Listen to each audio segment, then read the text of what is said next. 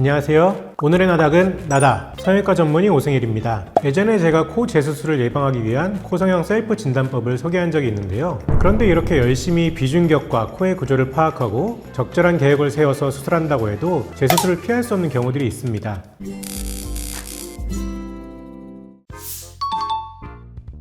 코가 재수술이 많은 것처럼 보이는 이유 중 하나는 바로 얼굴의 중심에 너무나도 잘 보이는 위치에 있다는 것입니다. 다른 부위처럼 안경이라든지 옷으로 가릴 수가 없죠. 또한 코수술 특성상 보형물을 이용한 수술이 많기 때문에 모양의 문제뿐 아니라 염증의 문제도 간혹 발생할 수 있습니다. 실리콘이나 연골이 튀어나오는 등 반드시 재수술이 필요한 경우가 있고, 그보다 더 많은 경우로는 아무래도 모양적인 원인이 있습니다. 코끝 문제로는 코끝이 들리거나 떨어지거나 너무 낮거나 한쪽으로 휘는 경우가 있고요. 콧대의 문제로는 너무 높거나 너무 낮거나 한쪽으로 치우치거나 옆라인이 예쁘지 않은 문제가 있겠습니다. 그리고 코끝과 콧대 보형물 경계에 단차가 생기는 경우도 재수술의 원인이 됩니다.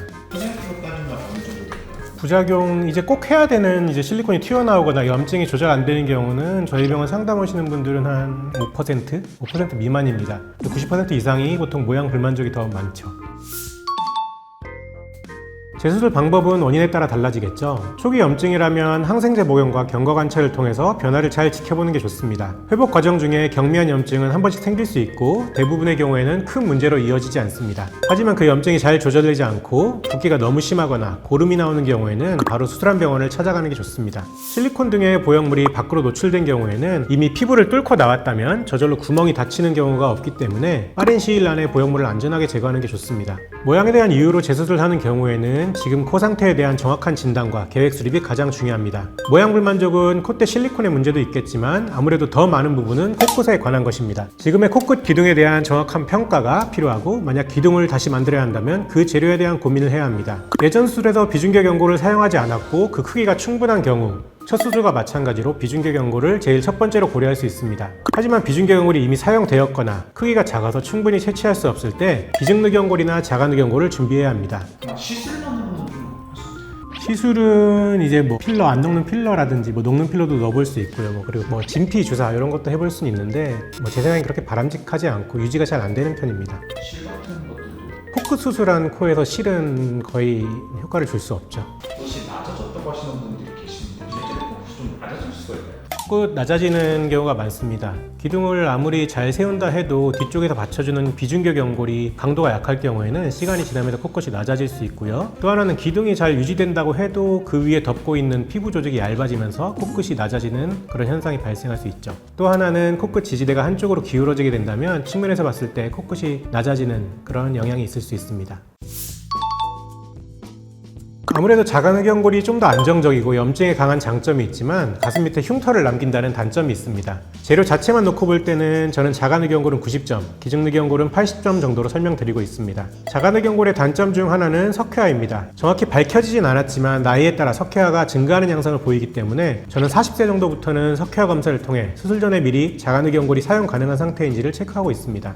이런 늑 연골은 기둥에 대한 재료이고 코끝의 중첩 이식이나 코끝 주변에 연골 이식이 필요할 때에는 귀 연골을 가장 보편적으로 사용하게 됩니다. 그럼 코 재수술 반드시 자가 조직으로 해야 될까요? 꼭 그렇진 않습니다.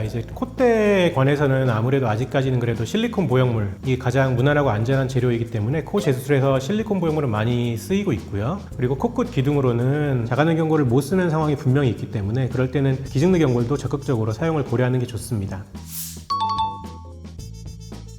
귀연골은 재사용되는 경우가 많습니다. 안에 있는 귀연골이 너무 작거나 손상이 돼서 못 쓸 때는 추가로 채취하는 경우가 있지만 10건 중에 9건 정도에는 귀연골을 다시 쓸 수가 있습니다. 코끝 기둥으로 사용됐던 비중격 연골을 기둥에 다시 재사용하기는 어려운 경우가 많습니다. 기둥을 다시 박리한다는 건 코끝의 높이나 방향에 대한 교정을 위함인데, 이런 경우에는 보통 이식해 놓은 비중격 연골이 이미 약해져 있는 경우가 많기 때문입니다. 기중늑 연골은 통상적으로 재사용이 어렵습니다. 비중격 연골과 마찬가지 이유로 이미 약해져 있는 경우가 많아 기둥으로 다시 쓰기 어렵고요. 기중늑 연골은 코끝에 올리는 용도로도 잘 사용하지 않기 때문에 다시 쓰기는 어렵다고 보시면 되겠습니다. 자가늑 연골은 재사용이 되는 경우가 있습니다. 기둥에 사용됐던 자가늑 연골도 비중격 연골과는 달리 그 사이즈나 강도가 충분하다면 다시 조각해서 쓸 수가 있습니다. 만약 크기가 충분하지 않아서 기둥으로는 못 쓰더라도 작게 조각해서 코끝이나 콧등에 필요한 곳에 이식하는 용도로는 얼마든지 재사용이 가능합니다. 하지만 이런 부분은 수술방에서 코를 열어보고 판단해야 되기 때문에 변수가 늘 있죠. 수술 중에 자가늑 연골을 새로 채취하거나 기증늑 연골을 추가적으로 사용하는 경우가 생길 수 있습니다. 있습니다. 첫 번째 비추천 케이스는 아무래도 수술이 잘 된 코겠죠. 누가 봐도 예쁜 코, 수술이 잘 된 코인데 재수술 상담 오시는 경우가 간혹 있습니다. 예상되는 이득에 비해 감수해야 하는 위험이 더 크다면 재수술은 신중히 생각해야 합니다. 그리고 현재 회복 중에 있는 코는 재수술을 추천드리지 않습니다. 재수술은 보통 6개월, 1년 후에 하는 게 좋습니다. 회복 과정 중에 무리하게 수술을 하게 되면 흉터 조직이 딱딱해서 정교한 수술이 이루어지기 힘들고 피부와 조직들도 건강하지 못한 상태라서 회복 기간은 더 길어질 수 있고 최선의 결과를 만들어내기 어려울 수 있습니다. 마지막으로 피부가 너무 타이트해서 변화를 주기 어려운 경우가 있습니다. 또 다른 경우로는 피부가 너무 두꺼워서 안쪽을 아무리 열심히 모양을 내도 그 변화를 겉으로 드러내기 어려운 정도라면 코 재수술을 추천드리기 어렵습니다. 이 영상 보는 분들 중 코 재수술을 생각하고 있는 분이 계시다면 급하게 결정하기보다는 반드시 경험 많은 전문의와 함께 상의하는 게 좋습니다. 지금 상태를 정확히 파악하고 실현 가능한 목표를 세우는 게 무엇보다 중요하기 때문입니다. 막연한 목표를 가지고 무리한 재수술을 한다면 다른 예상치 못한 문제가 생길 수 있고 또 한 번의 재수술로 이어질 수도 있기 때문입니다. 더 궁금한 게 있으면 댓글 달아주시고요. 지금까지 오늘의 나닥 오승일 원장이었습니다. 감사합니다.